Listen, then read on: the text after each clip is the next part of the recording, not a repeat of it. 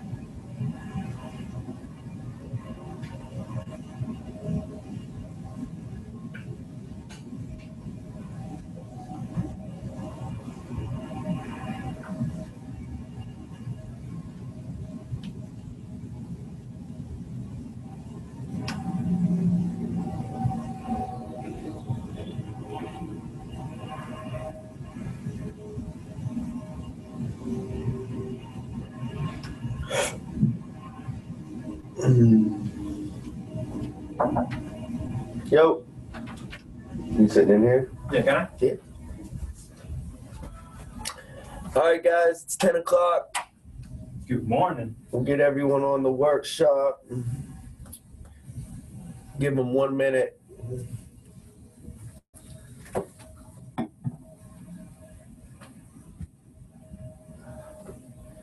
Is there anything that you guys want to go over in general today? Referrals. Referrals. All right. So Alex says referrals.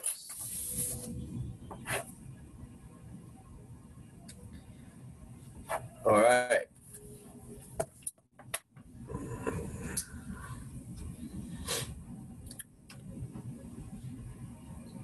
Morning, everybody. Good morning.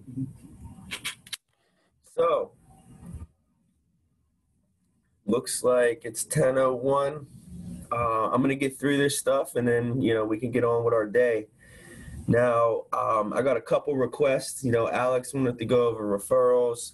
Patrice wanted to go over, building the need up for the 4 things. So we'll at least make sure we touch on that. And then, if there's any other questions, we'll make sure we answer those as well.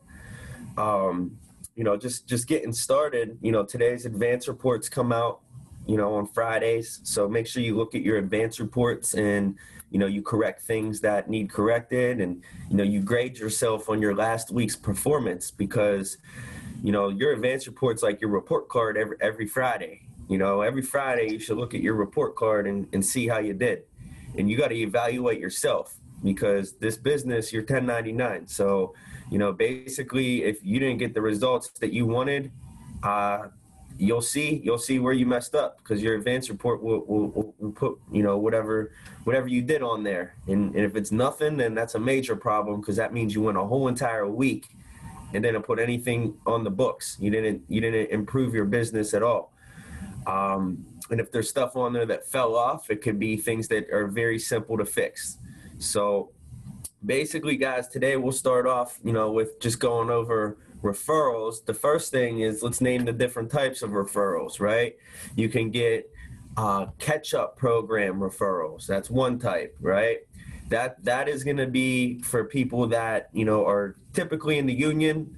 You can, ask them. Now, Joe, they always make me ask, while we're out here visiting you, not everybody sends back in their yellow reply card. So basically, while we're out visiting with our members, they ask us to, ask you, who are the 5 people at your job that that we can sponsor in to get them caught up with the program. Maybe they didn't fill in their card, or maybe they sent it in and never got seen yet. But they ask us to catch up with at least 5 members when we get out to see you. So who are your 5 buddies at work that you want to get you want to get caught up with the program? And you can say, a lot of these like carpenters, they work in like crews, and, a couple guys, like the harder ones are like the Teamsters, because there's a lot of truck drivers. They're out there on their own most of the day, but they still know a couple of people around the shop, around the plant, that they can sponsor in. So the catch-up program's number one. The second area that we can collect referrals would be, your emergency contact on your AD&D certificates. You should be getting 2 of those, if you're running unions. And then you guys, make sure we're taking notes. So the unions, we can get the contingent beneficiary and emergency contacts. And then after that, we got the child safety kits. So child safety kits is another way to get referrals. That's probably going to be where you get the bulk of your referrals with the child safety kits. But here's the thing, with like the unions, you're going to be digging. You're going to maybe get 3-5 of them in that house. But the key is once you get the 3 to 5, you have to be able to sit down with those 3 to 5, because once you sit down with those referrals from the child safety kits, the only thing that they know is referrals. So like if I sit down with a referral today, that referral, how'd they get into the program? Through a referral. So all they know is referrals moving forward, right? So it's initially hard to get that first 1, 2, 3 referrals going, but once you get them on your schedule, referrals know referrals, because that's how they got into the program. So it gets easier on the second wave of collecting the referrals. The first wave of collecting them is the hardest. The second wave is the easiest, because they know it's just referrals. And that's how they were put into the program. Now, with the child safety kits, if you're doing these child safe kit leads, these McGruffs or child safety kit leads, Kapow, we should be trying to push 10 out of every house. Basically, you got to use that script. Joe, grab your phone. I have some very important information I need you to save in there. I want you to save a contact. All right, great. You got your phone out. It's 1-800-642-6483 or whatever the number is. Save this number. If you ever lose the kits or they get damaged, you can always call it and we'll get new ones sent out to you. Now, they have their phone out at that point. Then you got to roll into, now, Joe, the police and fire associations, they're not asking for any monetary donations. So we don't have to worry about that. However, what they are asking is that you do your part in helping the community by sponsoring in a minimum of 10 of your closest friends and family members to receive these child safety kits at no cost. And the easiest way we can do this, Alex, is while you have your phone out, let's just run from the A's all the way down to the Z's. Anybody you know with children, we'll get them out their kits. So I know you said you have a sister. Let's start with her. Is her number 312 or 773? Okay, great. Who's next? I know you said your neighbor. What's his name? Joe Smith? Okay, great. And how many kids does he have? 2? And what's his number? 773 or 312? Okay, great. Who's next? And you just keep your head down and keep collecting these referrals. Coach them up. As you're getting 2, 3, say, you're doing a great job. Who's next? You're doing awesome. Who's next? You can make it fun. Hey, you make it to 10, you'll get a prize. If you send them $1 scratch off for 10 referrals, it's worth it. Okay? So guys, get creative with it. And with the child safety kits, that's where you're going to get a bulk of your referrals. and you're typically going to sit down with 1 out of 3 of them. So if you collect 10, you're going to sit down with 3. Right? Now, here's the key is like throughout the week, you want to try to get, 60 referrals throughout the week minimum. If you sit down with 1 out of 3 on them, you got 20 appointments for the next week already. And that's not including any of the leads that you set.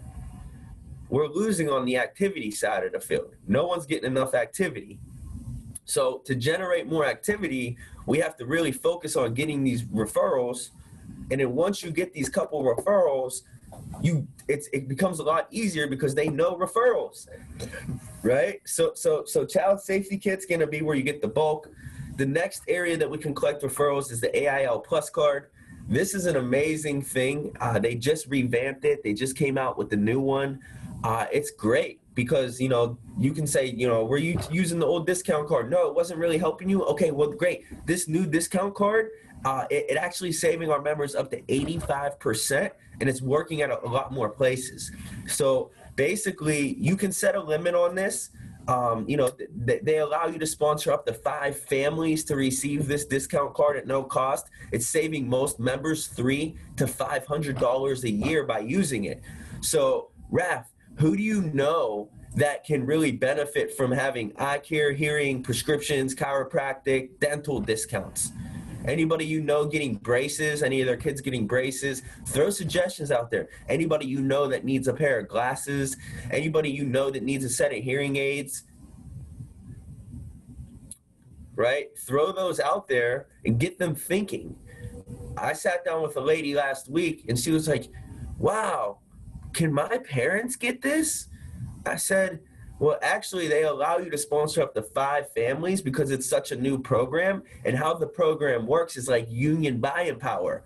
The more people that are on, the more companies are on, the discounts go up. So they're actually, with the new program coming out, allowing us to sponsor up to 5 families to receive these in your area. So who are the 5 people that you want to put down? You want to put down your mom first, and then who's second? And I just take them. I just assume them, right? And with these discount cards, like another avenue that you can even mention to them is, hey, do you know any small business owners in the area? Anybody that has a construction company? Anybody that's a plumber? Anybody that's an electrician? Why am I asking that? Any landscaping businesses? Because these people are business owners and they most likely don't have any of these benefits for their members as a small business owner. So we can get this out to them and then they can get it out to their team, their crew, right? So, you said you had, you just got some construction done in your kitchen. You got a new kitchen put in, how about the contractor? What's his name? Right? It might be a family friend of theirs that they want to sponsor in. Everyone knows a mechanic, a construction person in their family, and hopefully a lawyer, right? So basically, dig a little bit, guys. You got to ask questions, okay? You got to throw suggestions out there for them. Say, who do you know? Do you know any, construction workers that you're friends with? Any electricians? Any plumbers? Is there any mechanics in your area that can really benefit from having this? This discount card saves our members $300 to $500 a year. You building this up and letting them know that it saves them $300 to $500 a year, they're going to want to sponsor in maybe 1 or 2 or 3 people.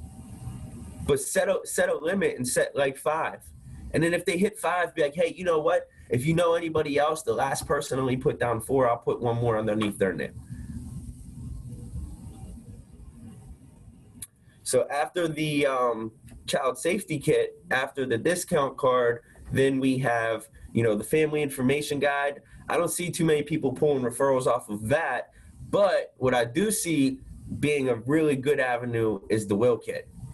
The will kit program is one of the best avenues I feel to collect referrals, because this thing is the most valuable no cost benefit that we have, in my opinion. So, with these will kits, if you're sitting down with a will kit, Hey, Joe, the biggest, concern that we had was a lot of our members didn't have wills made up when they were passing away. So that's why we're actually able to get this out to all of our members at no cost now. Now, basically, who do you know that might not have a will set up that can really benefit from having one of these? It's saving most of our members $600 to $1,000 by not having to go to a lawyer to get this made up. So is there anybody you want to save $1,000 for today? I know you said your mom doesn't have a will. Let's put her down first. And then how about your brother? Does he have a living will made up? No? Okay, let's get him on next.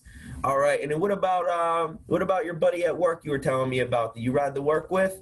Let's get him down too. Throw suggestions out there for him. Okay? And the will kit ones, like if you can get a couple will kit referrals, they're fire. They're fire because these people, they're usually, when you think about getting a will, you have a family or you have something that's very important to you that you want to leave to somebody. So basically, with the will kit referrals, you can almost just go over the will and then go over insurance right after that. You keep it super simple. So there's the will kit. What's another way we could collect referrals? Well, we got insurance referrals. How about that one? How many of you guys are asking people for insurance referrals in each house? Like, what's the worst thing that's going to happen? They're going to say, I don't know, no one needs insurance. Well, that's better than not asking, right? So insurance referrals at the end. Contingent beneficiaries, obviously the bread and butter pickles, those are my favorite. So basically with the insurance referrals, you can use VIBs to collect insurance referrals. And Gio went over VIBs last week with you guys. I heard him on the workshop, so I'm not going to dive all into that for you today. But I do have a printout I'll send out to you guys. But it's what value did you find in meeting with me today? I have an important question to ask you.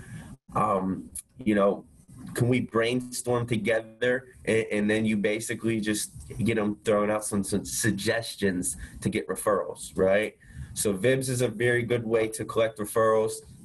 And then also, just asking them straight up like, hey, listen, these are union negotiated rates. Is there anybody that you know that can really benefit from having insurance? And I sat down with a guy 2 weeks ago with Josh Viston, and basically he was like, hey, my nephew needs it, my daughter needs it, and he's calling them right there. I'm like, I need to get a hold of these people. He's like, I'll call them for you. He calls them, sets them on my schedule for me. It makes it so easy. I go to the house, they know it's about insurance, and it was just an easy layup, 1,000 ALP. And then I got his nephew this week that I'm gonna go see.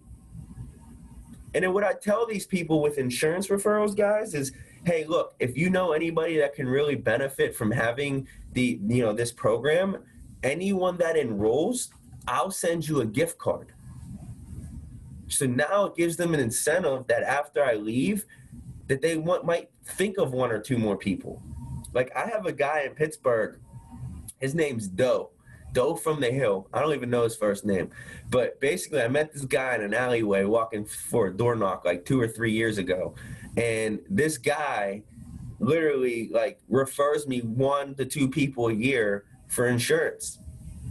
And I send him a gift card, $50 gift card every time he gets somebody enrolled. And he loves it. Every year I get 1 to 2 extra sales though that I never would have had. Just because I asked them, hey, listen, if you know anybody that can really benefit from insurance, if they enroll, I'll send you a gift card. And he texts me all the time. Hey, man, where's my gift card? I got another guy for you. I'm like, no problem. Send them over. I'll send $50 all day to make 500. Right? So think about like with you guys, like when you make a sale, if you can make a sale from somebody just saying, hey, like I know this person that needs insurance, why wouldn't you give them a little kickback or give them a little reward for sending them in? And now that person's always going to think of you when they're thinking about insurance. Or anybody that they know that needs insurance, they're going to think of you first. I'm telling you, it works. So after insurance referrals, obviously contingent beneficiaries, I like to use the PSR form, guys. It's probably my favorite way of collecting contingent beneficiary referrals. I'll basically have this form, policy service request form, okay? And then when I'm meeting with my client, usually when I'm making the sale, I'll put, okay, so Joe, you said Mary's going to be your primary beneficiary. And if God forbid something were to happen to you two together, who do you want to be next in line to receive this benefit? Well, the kids are, really young. So who do you know that's over 18? Oh, you want to put your brother down? Okay. Your brother's name's what? Joseph Smith. And, his phone number, what's his phone number? Oh, it's 312-555-5555. Okay, great. Now, if something were to happen to him before you as well, who would you want to be second in line as a contingent? Oh, you want to use your nephew? Okay, your nephew, Michael. Okay, great. And what's his number? Awesome. So, Joe, can you promise me before I turn your paperwork in that you'll reach out to your brother and your nephew to let them know if anything ever were to happen to you, that basically they're going to be next in line to take care of your benefit? You will? Okay, I just need you to, why don't we just go ahead and give them a call real quick so that I can get them on my schedule and make sure they understand, one, they accept the responsibility of being a beneficiary, but two, understand how to make a claim if anything were to happen. So you want to go, let's give them a call real quick. And then if he calls them, if they don't answer, I'll say, all right, will you do me a favor? Will you at least send them a text message and let them know that I'll be reaching out to them this week to get them on my schedule? And he'll say, yeah. And when he says, yeah, I'll say, all right, now you can sign here. And then when I turn this in, that will just say that I went over everything correctly for you. And then they sign it. And then I'll carry this certificate, well, not certificate, this PSR form, when I go meet with his brother and his nephew. I'll say, look, your brother listed you as the beneficiary and he signed off on it. So do you accept that responsibility of being a contingent beneficiary? You do? Okay, great. I just wanted to make sure you did want to take care of this for him. So now we just got to make sure you understand how to make a claim if anything were to happen. And, basically once we do that, I just jump right into the insurance. Our company's American Income. Have you ever heard of us before? No? Okay, great. Well, it's pretty short. I'll dive a couple avenues for referrals with that contingent, but mostly I get right into the insurance and try to keep it rolling with insurance referrals from that point on. So the policy service request form is definitely important. And I'm telling you guys, when you can get them to promise you that they're going to call or they'll reach out to them, it makes your life so much easier. You just call people and talk about life insurance. So like I said, I just named like 6 ways that we can collect referrals, 5-6 ways real quick. And if you just collected one referral off of each avenue on referrals in each home, well, you're going to get 5 to 6 to 7 referrals out of each house. So if you got one from the catch-up program, you got one from the child safety kit, you got one from the discount card, you got one contingent, you got one insurance referral, there's 5 referrals right there. And then if you broke out the will kit and got one more, you can get 6 referrals out of every house, guys. And that's like if you do the minimum and only get one off of each thing. Like, we're not using our avenues to collect referrals. We got to use our avenues to collect referrals. Like that, you guys understand, closing a lead is 1 out of 3. If you sit down with 12 leads, you're going to get 4 enrollments. If you sit down with 12 referrals, you're going to get 8 or 9 enrollments. It's just how the numbers work. So it is hard to get that initial 1, 2, 3 referrals, but once you get them on your schedule, referrals only know referrals, and your life becomes a lot easier. So you got to fight, scratch, and claw to get those first few. But once you get in front of that first few, I promise you guys, it gets a lot easier on getting the next amount. What's up, Patrice? You're muted.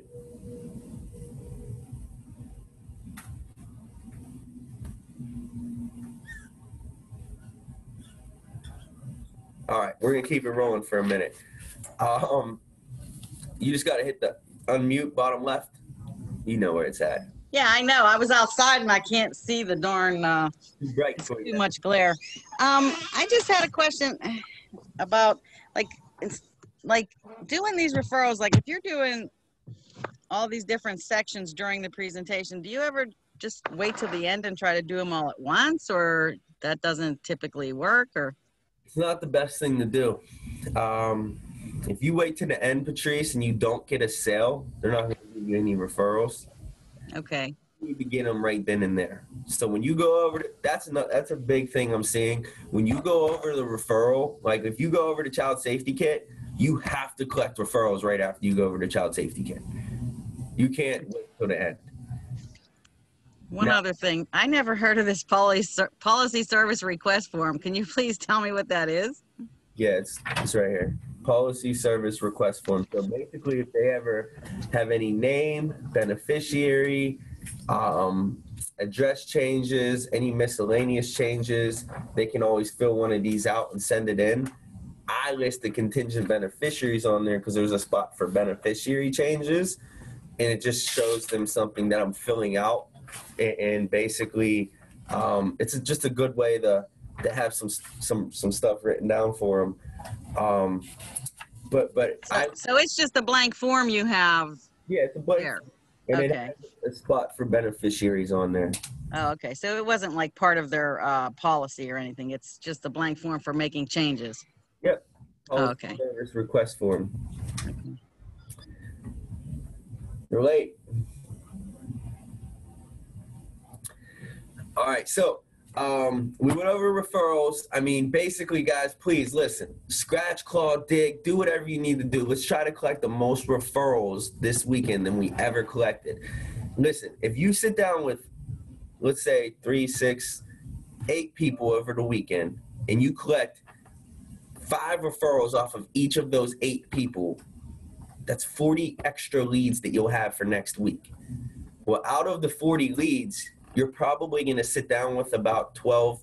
You'll schedule about 12 to 13, 14 of them, and you'll get half of those 6, which will be another 6, 7 sits, and you'll make 2/3 of them sales, which means you'll make an extra 3 or 4 sales for the week. Saving money for Mr. V too. So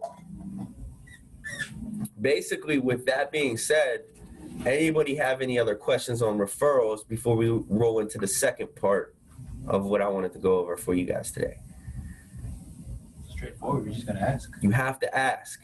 It's it. You just have to open your mouth and say the words. Like this, blah. Just throw it all out there, all right? And listen, even if you don't say the words the right way, just start somewhere and say them. Like, even if you go, hey, Patrice, do you know anyone who needs insurance? That's better than not saying anything at all. All right? Okay, but I'm not going to start hanging out in alleys looking for strange men to get me referrals. Hey, I was actually walking down the alley to a sit. That's hilarious. Just so happened the guy was in the alleyway, and he sends me about 2 referrals a year. So that was the best alley I ever walked down. And that was in Lawrenceville, which isn't too far from you.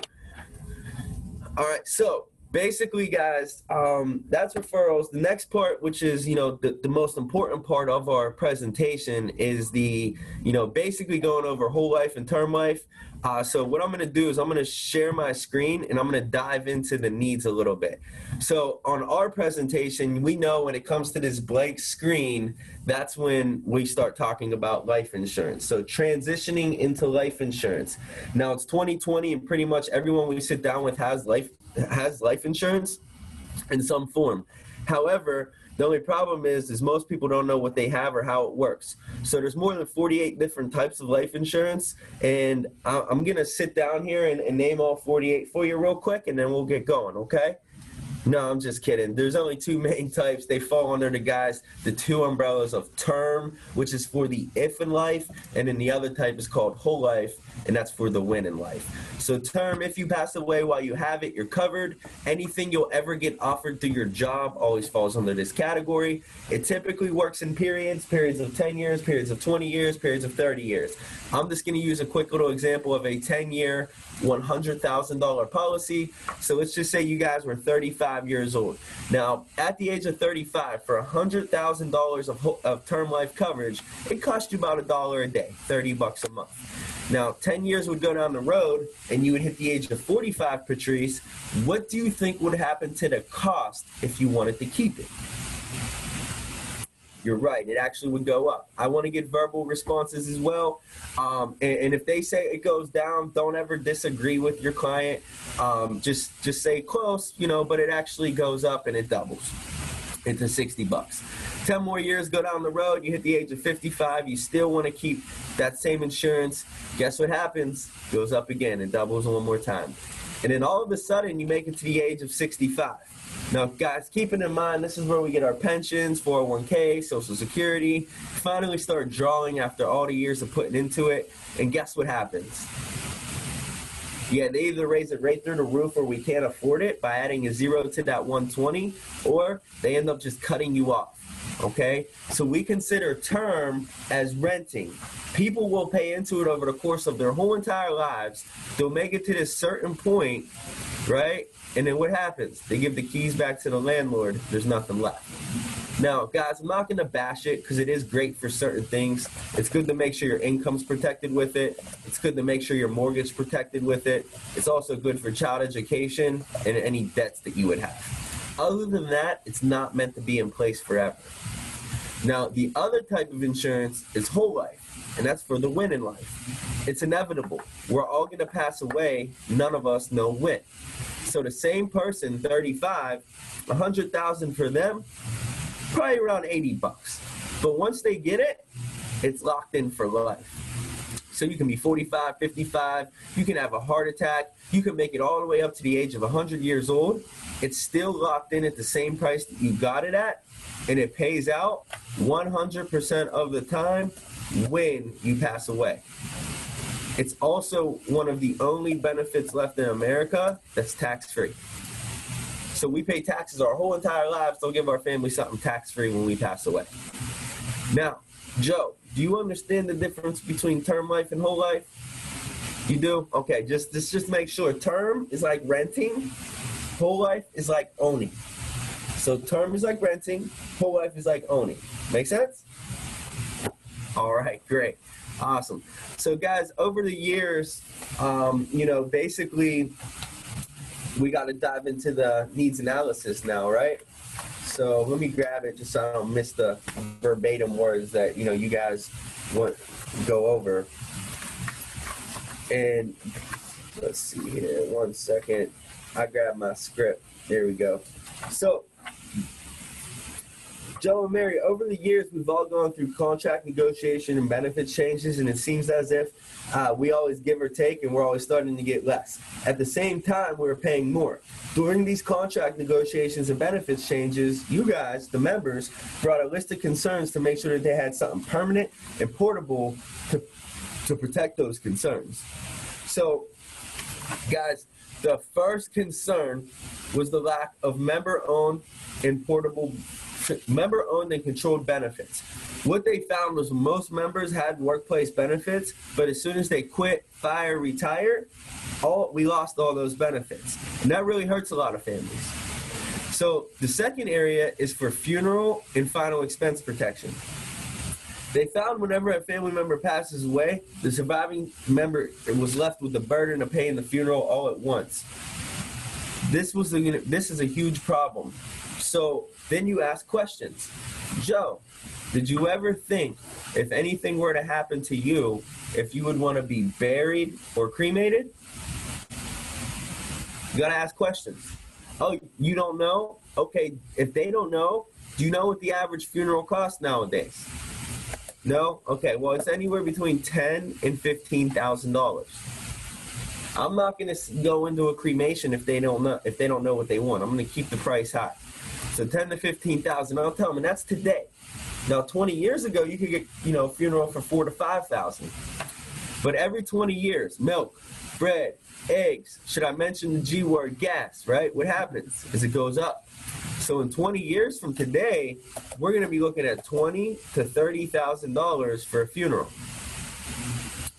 And, if they're my age, around, 20, 30 years old, I mean, God willing, give us another 20 years, right?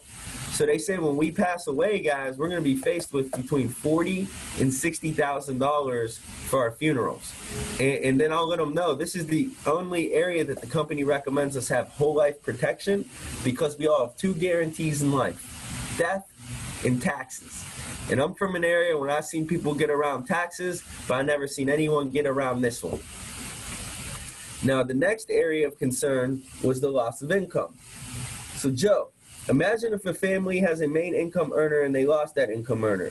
They wouldn't be able to live without that breadwinner's earnings. Same goes if, God forbid, we lost you, Mary. So then I'll ask them, Joe, does anyone in the house rely on your income? Yeah, your wife and kids, right? So do you get any life insurance through work? This is where I typically will find out if they have life insurance through work. You do? Okay, how much do you get through work? You just get the basic, the $10,000? Okay, great.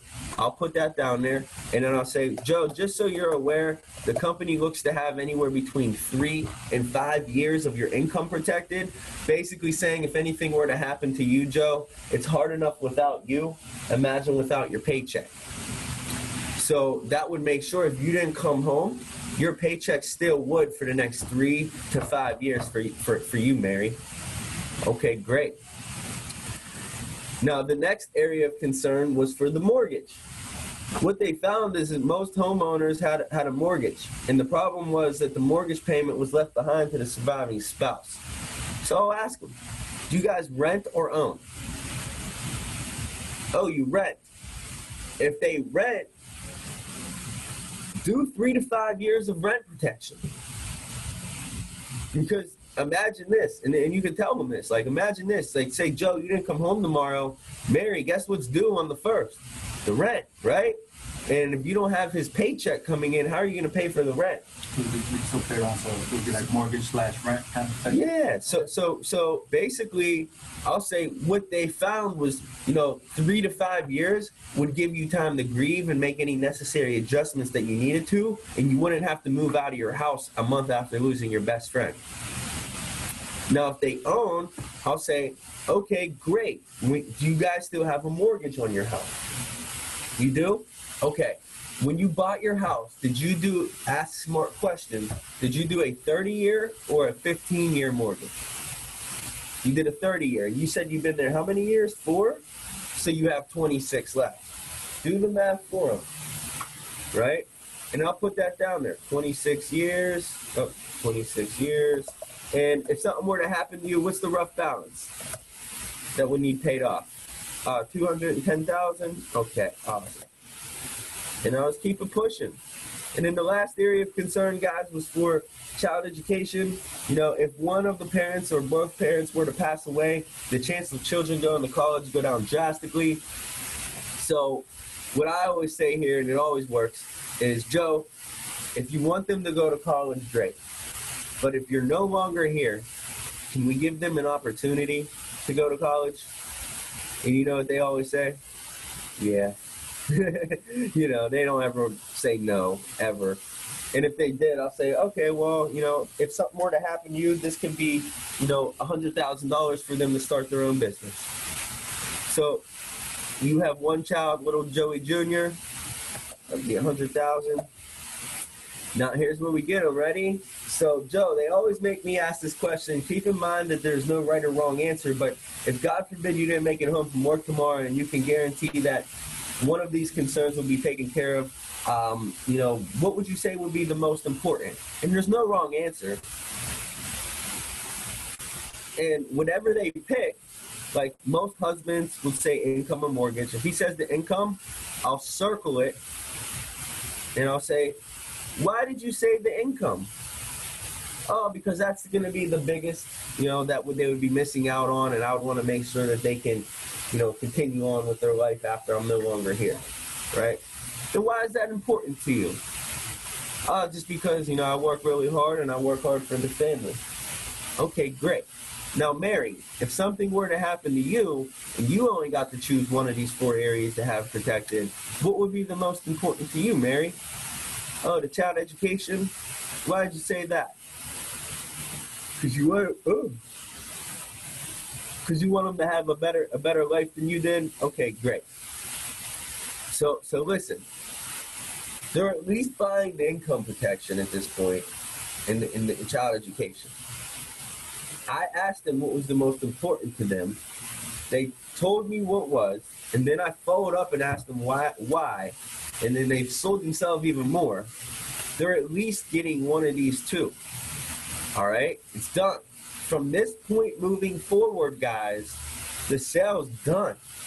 Now you just got to make sure it's comfortable for them. Done. They're at least getting income and child education protection. Right? So, after this, I say, all right, guys, your last no-cost benefit is your needs analysis. And then I'll stop sharing my screen. I'll pull up my needs analysis, which I already have pulled up. Right? You want to have your needs analysis already pulled up, have all the information in that you can, because it's going to make it roll smoother into this needs analysis, right? So what they have to help these concerns is the last no-cost benefit, which is your needs analysis. Now, Joe and Mary, do you have a financial advisor? No? Okay, great. The only reason I asked is because if you went to a financial advisor, what they would do is they would charge you anywhere between $600, $700, sometimes even thousands of dollars to run a needs analysis. Now, the way that your union set it up is they didn't want us spending thousands of dollars, so what they did was they set it up at no cost. And what I like about it is it takes in consideration your current situation, determines if you have any gaps in your coverage. If you have any gaps in your coverage, it's going to show you what it recommends. However, if there's no gaps in your coverage, nothing will pop up. So, Joe, I got your birthday in there as March 2nd, 86. That's correct, right? Mary, what's your birthday? January 29th, 92?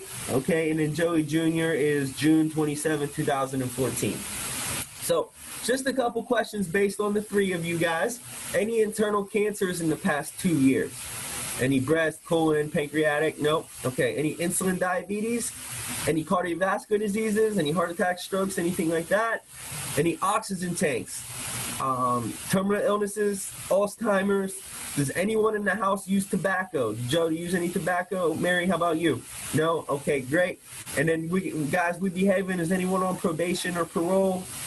A lot of times we'll say not yet. Ha ha ha. Okay. And then anybody got a DUI in the past or any felonies? No? Okay, great. So just roughly, Joe, get me close. What would you say your monthly take-home pay per month would be? $3,200? Okay. And then Mary, what's yours? $1,000? All right. Awesome. Now, Joe, you said you had $10,000 through your work, right? How did I find that out? I asked them that on the last slide there.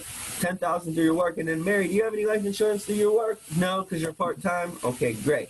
Next question. Do you have any life insurance outside of your work? You have a term life for $100,000, Joe? Okay, great. And then anything on Mary? Nope. Okay. Wait, Mary, what's that? Your mom has $10,000 on you from when you were a little kid? Okay, great. And then, you said you own your home, and you said there was roughly $210,000. I found all this information out on the last slide, by the way. Guys, this interest rate box does not matter. You can put whatever you want in there. I usually just put between 3 and 4. And then I did the math for them. They had 26 years left on their house. Now, here's a very important question. Do you have mortgage protection? Do you have insurance to pay off your mortgage in case of death? No? Okay, and then you do this. So, Joe, I'm assuming if something were to happen to you, then Mary would be the one responsible for the mortgage? You see how I did that? I was questioning / kind of confused. So, Joe, if something were to happen to you, then I'm guessing, Mary, you would be the one responsible for the mortgage? Faith, you writing on my screen, girl? Sorry, I have no idea what that meant. I was like, you're good. Sorry. Put it away. But ask that question. And what you're doing is you're just exposing the problem, right? You're just showing them that there's a problem right there. And then, do you have anything saved up for your child education? No. Okay, great. And then you guys just hit submit. You'll hit submit. And at this point, you know, if your computer's slow, you might want to build a little bit of rapport with them, you know, not sitting there in awkward silence, okay? But at this point, it should pop up. And then look, this box down here, guys, I want you guys to know this. This is just for you, okay? This is just for you to know where they're going with the presentation. As you see here, it's going to recommend final expense protection.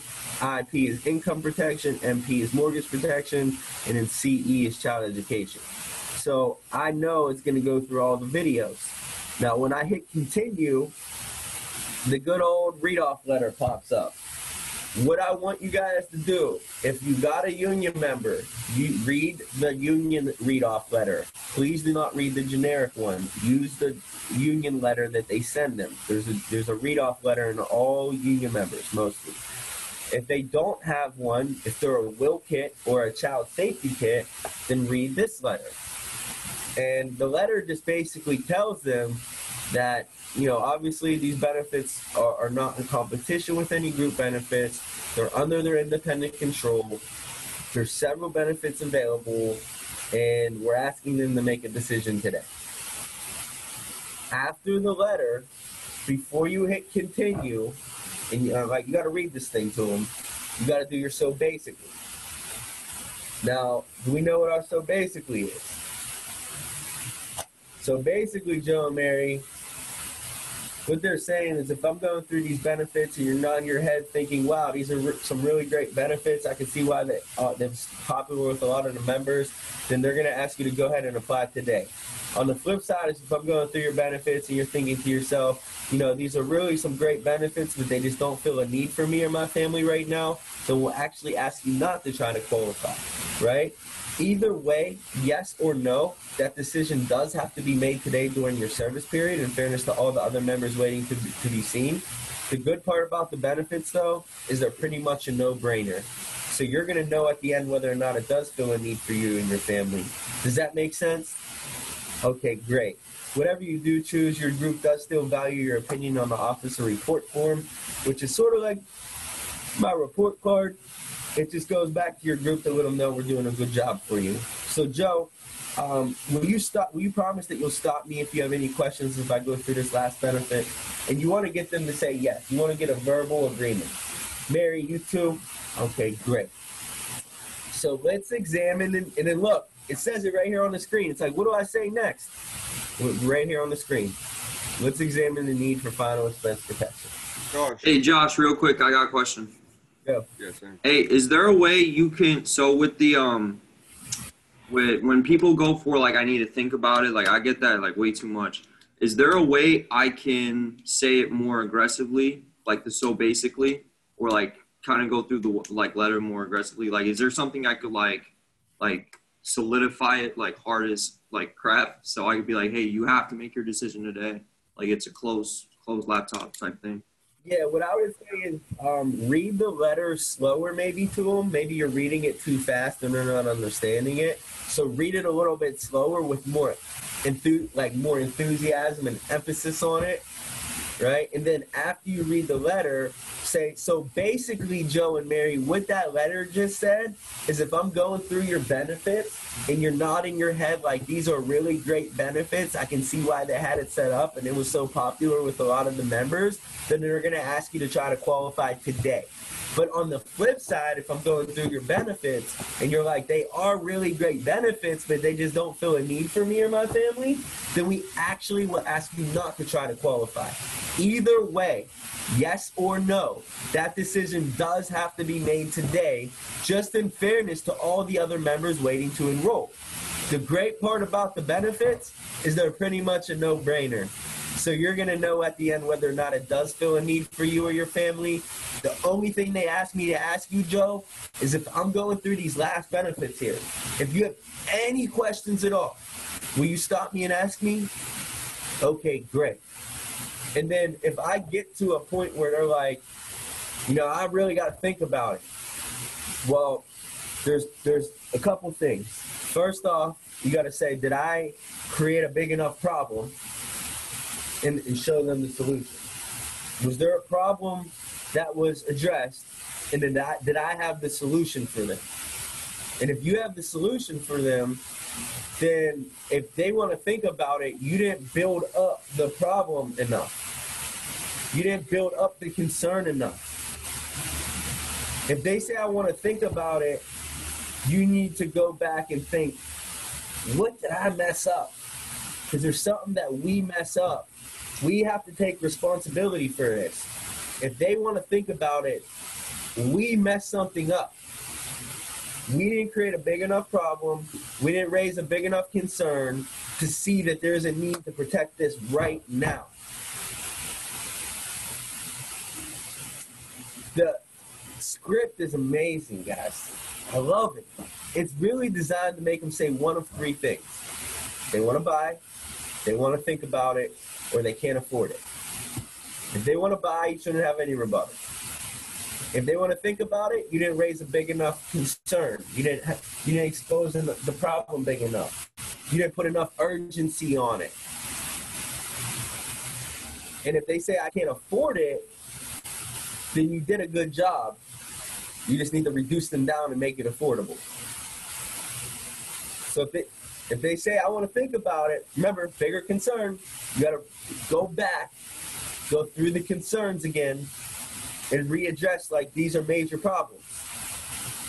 If they say, I can't afford it, you did a good job, now you just need to make it comfortable for them to get their foot in the door, keep it comfortable, and we can always make adjustments down the road. So would you go back for, like, if they're like, oh, I got to think about it, would you literally, like, in that sit down, go back and cover and be like, so what's there to think about? Like, how would you approach that in that sit down? Hey, Raph, if you don't mind me asking, what is there to think about? Is it the price? Is it the product? Is it me? What if they were like, I just don't want to make decisions like this. This is great stuff, but, like, we never make decisions like this. So we always think about it. Okay. Well, if you think about it, Raph, there's only 3 times that people really only think about this stuff. And one is whenever someone close to you dies and you have to deal with it. 2, if you have a near-death experience, which can make you uninsurable. Or 3, when some knucklehead like me's out here going over these programs. 2 to 3 times, it's usually too late. So basically, the main thing is getting your foot in the door, keeping it comfortable. We can always come back and make adjustments. But right now, Raph, if God forbid something were to happen to you, there's nothing in place to take care of this for your family. And that's a major concern. So, out of all of these things, you said the income was the most important. What we'll do today, do you hear that? What we'll do today is we'll at least get your income protected, and then in 2-3 months we can sit back down and take care of the rest of it. But right now you're considered a union member, and how our company works, it works policy holders at the top, union members, and then referrals. Right now you're a union member, so we got to get you from union member to policy holder, and then we can come out to see you whenever, okay? So the main thing, like I said, Joe, is just getting your foot in the door, keeping it comfortable. We still do need to make sure that you can qualify, and then you take it away. You want to take it away. Don't be giving this insurance away. Like, make sure they understand that they have to qualify for it. I don't even know if you can qualify. Let's just make sure you can qualify, and then we'll be on our way. So my other question was, if they're a union member, you want to read off their own letter, right? In that instead of that part. But in the first, like, whenever I'm first talking to somebody, you cover, like, that letter in the AD&D, right? So, like, they already saw that letter. So do you just reread that letter again? I mean, like, you don't read the whole letter at first, but, like... Different letter. That's a different letter? Yeah, so the first you show them is the pre-approach letter, which is the one that they get with their yellow reply card. Yeah, it's like the AD&D and stuff, and... Yeah, and then the second letter below that's the mandatory read-off letter. Oh, that's the second page. Okay, cool. Yeah, let's see. I don't know if I have one. I don't have one pulled up right here. But just a quick example, because I do have one right here. I think it's right on my schedule for 5:30 today. Here we are. Sometimes I feel like I'm locked into my e-app, and I can't, like, at that point, I can't, like, do anything outside of e-app when I'm on that mandatory read-off screen. Does anybody else notice that, or am I missing something? We all are. So if they're a union member, obviously doing your homework ahead of time and having this up on the screen. Raf, this is like a union member's letter. This is the first letter is the one that they send them with the card. So with the card, look, one thing I always like to point out before I even get started with the meeting is, look, we work with over 290,000 labor union members. And since 1990, we paid out over $47 million of benefits to their families. Okay. And as you see here, this thing is signed by who? Bill Martin, their business manager, right there on the bottom. Now, the second letter down here, well, this is a same letter as the first one, but it's Spanish. So if you get a Spanish set, the third letter on this one is the mandatory read-off letter. So this is the best one to read because why? It has the Laborers Union local at the top here, and then it says, "Dear brothers and sisters, the insurance programs being offered you today are made available on a voluntary basis through the cooperation of the Laborers Local 75. And American Income Life, 100% union label company with a long-standing history of serving union members and their families."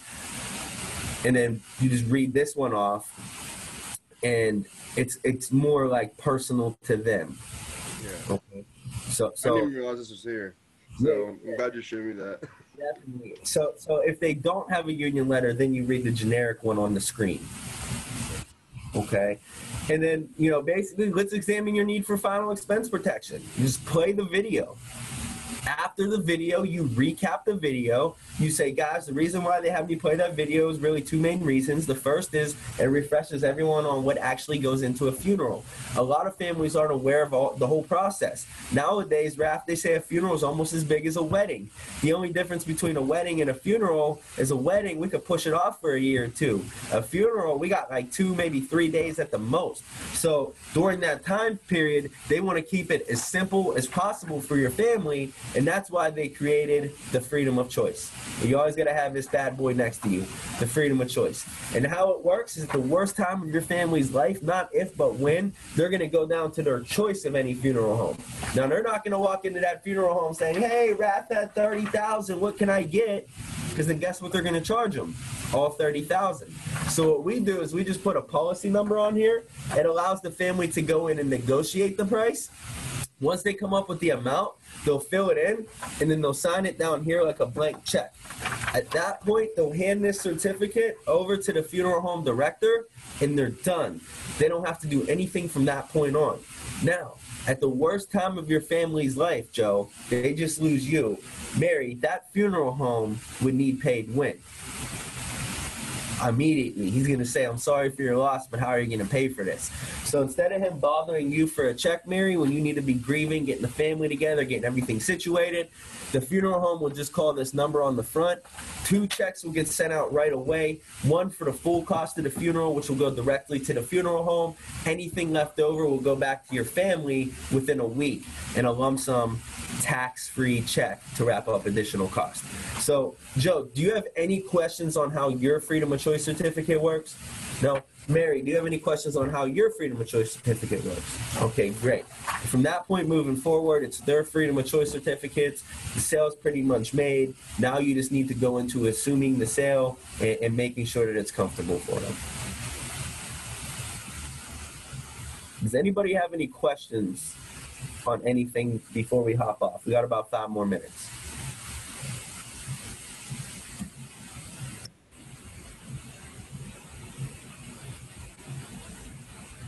Any questions, anybody? No questions. I just wanted to comment. This is a big help because it made me realize sometimes I try to be too nice and make it pleasant, and we really want to make them feel kind of uncomfortable a little bit, right? Yeah. While we're going through all this. Use words like the problem, the concern. Write those 2 words down, problem and concern, and use them a lot in your presentation. Now, Joe, a big concern was that a lot of the members were passing away, and they didn't have anything in place to take care of their funeral and final expenses. And we found that was a major problem, right? So problem, concern, and then you have the solution, guys. But look, have fun with them. Make them laugh, make them cry, make them buy. You make them laugh in the no cost. Get serious with them when it comes to insurance, though. When it comes to insurance, get serious with them. Okay? Like, don't play around. So basically, guys, you know, I'm going to end this call here, but what I want us to really focus on this weekend is every sit that we get, minimum of 5 referrals off of each sit. It's only 1 per avenue. Minimum 5 referrals off of each sit. So, Raph, if you get 4 sits over the weekend, you better come in with 20 referrals. If you get 3, you better have 15. We got to start somewhere. 5 referrals off of every presentation. Minimum.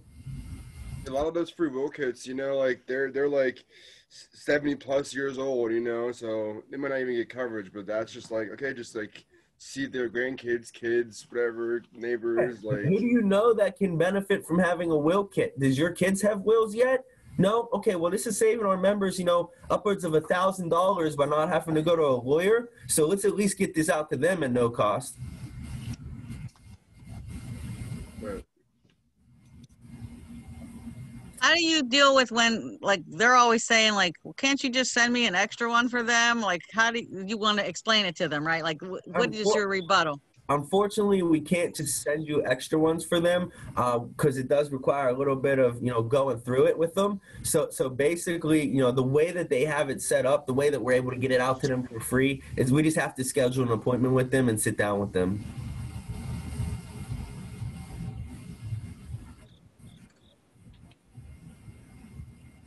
All right, guys, let's go have a good weekend. Listen, after this weekend, there's 1 week left in the month. And then the fourth quarter starts. You know, when the fourth quarter starts in football, people put up their 4s, right? We got the fourth quarter coming up here in 1 more week. And then the end of the year is going to blow by and 2021 will be here. We have to set ourselves up, get these 100 presentations knocked out over this next quarter, Raph. I want you to knock out your 100 presentations, Patrice, so that 2021 comes, you're rocking and rolling and you have your confidence built. You're going to go through hell over these next 3 months. You're going to get a lot of people telling you no. You're going to get a lot of people telling you, I want to think about it. You're going to get a lot of people telling you, I can't afford it. You're going to have a lot of people buying. You got to learn from each situation, okay? Fool me once, shame on you. But fool me twice, it's my fault, right? So we got to learn from these. You got to get the financial advisor rebuttal. You got to get I have too much insurance rebuttal. You got to get I want to think about it, you know, and you got to learn how to overcome these things, you know, and the cool part is there's scripts for everything. So if you can just remember the scripts, if you can make a little cheat sheet even, you'll be good to go. But hey, guys, let's go have a good day. I got a meeting in 1 minute, so thanks for hopping on, everyone. Thank you.